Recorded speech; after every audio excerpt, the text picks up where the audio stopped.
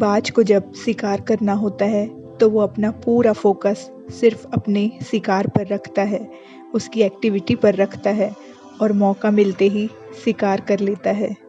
इससे सीख मिलती है कि अगर हम फोकस को सिर्फ अपने गोल्स पर रखें तो हम भी गोल्स को अचीव कर लेंगे, पर शर्त है कि हमारा फोकस सिर्फ और सिर्फ गोल्स पर रहे, क्योंकि कई लोगों का फोकस गोल्स के अलावा बाकी दुनिया भर की चीज़ों में होता है। दूसरी सीख, तोते की तरह अगर मीठा बोलोगे तो पिंजड़े में कैद कर दिए जाओगे।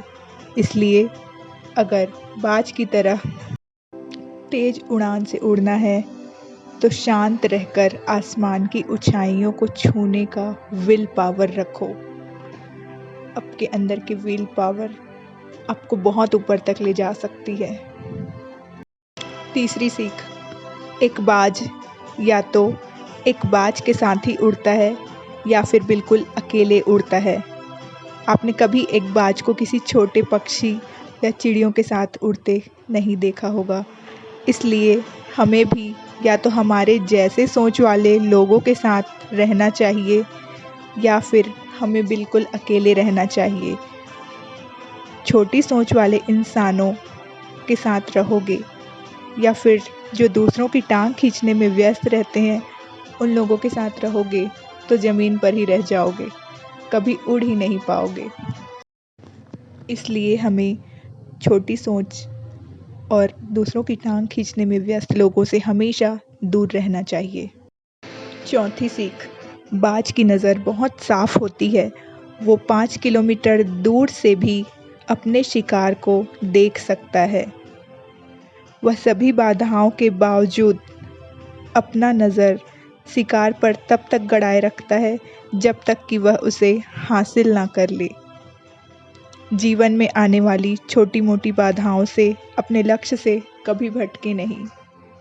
अपनी नज़र उस लक्ष्य, उस गोल पर हमेशा बनाए रखें। अक्सर कुछ लोग सिर्फ छोटी मोटी प्रॉब्लम्स की वजह से ही अपने गोल्स को ही छोड़ देते हैं, जो कि बिल्कुल गलत है। छोटी मोटी प्रॉब्लम्स सिर्फ और सिर्फ हमारा टेस्ट लेने के लिए आती हैं कि हम उस गोल्स को अचीव करने के लायक हैं या नहीं। अगर हम उस प्रॉब्लम को सॉल्व करके आगे बढ़ते हैं तो हमें गोल्स ज़रूर अचीव होता है। पांचवी सीख, जब बारिश के काले बादल भी छा जाते हैं तो बाज इतना ऊपर उठ जाता है तेज हवाओं के सहारे कि बारिश उसे परेशान ही ना कर पाए। और तो और इस तूफान का मज़ा वो बहुत ऊंचाई पर ग्लाइडिंग करने से लेता है। इससे सीख ये मिलती है कि खराब समय का रोना मत रो।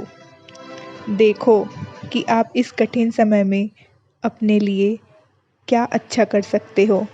दुनिया में अचीवर्स वही हैं जिन्हें कठिनाइयों को, परेशानियों को एक मौके के रूप में बदलने का हुनर अच्छे से आता है। आपदा में अवसर तलाशने का नज़र जिनके पास होता है वही अचीवर्स होते हैं। छठवां, बाज की तरह उड़ान भरना है तो तितलियों से दूर रहना होगा या उनका साथ छोड़ना होगा। यहाँ पर तितलियों का मतलब है छोटी मोटी डिस्ट्रैक्शंस जो आपको अपने तरफ अट्रैक्ट करके आपके गोल्स से डिस्ट्रैक्ट कर दे। ऐसे लोगों से हमेशा दूर ही रहें।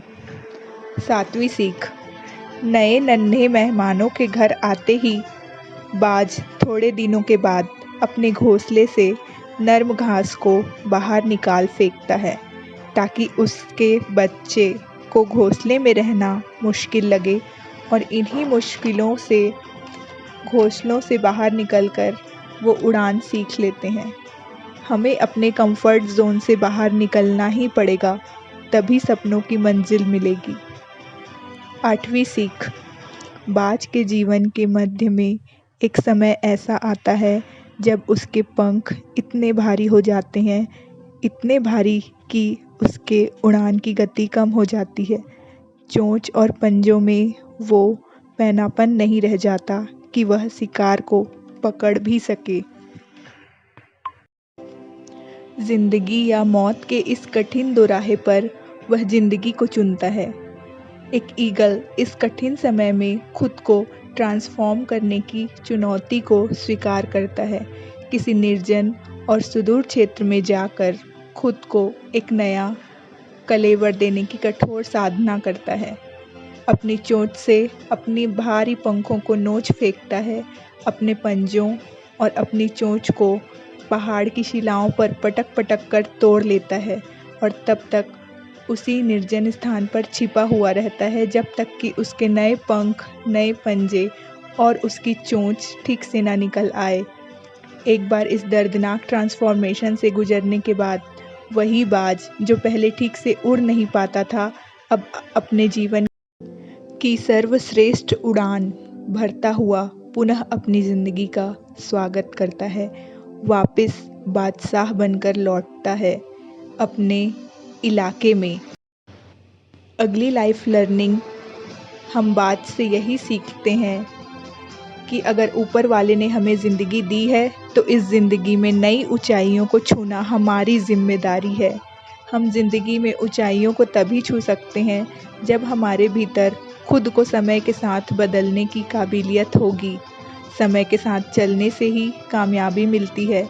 समय के साथ आगे बढ़ने के लिए कभी कभी हमें पुरानी आदतों से छुटकारा पाना ज़रूरी हो जाता है, चाहे यह काम लाख मुश्किलों भरा हो, लेकिन ये बदलाव खुद की सक्सेस के लिए ज़रूरी हो जाते हैं और हमको इसे बेझिझक मजबूती से अपनी लाइफ में अप्लाई करना चाहिए ताकि हम सफलता की राह पर आगे बढ़ते रहें। कैसी लगी ये वीडियो कमेंट करके ज़रूर बताइएगा। पसंद आए तो लाइक, शेयर और सब्सक्राइब कीजिएगा। तब तक के लिए stay motivated and always stay positive. हम मोटिवेशन के साथ ही सक्सेस को पा सकते हैं।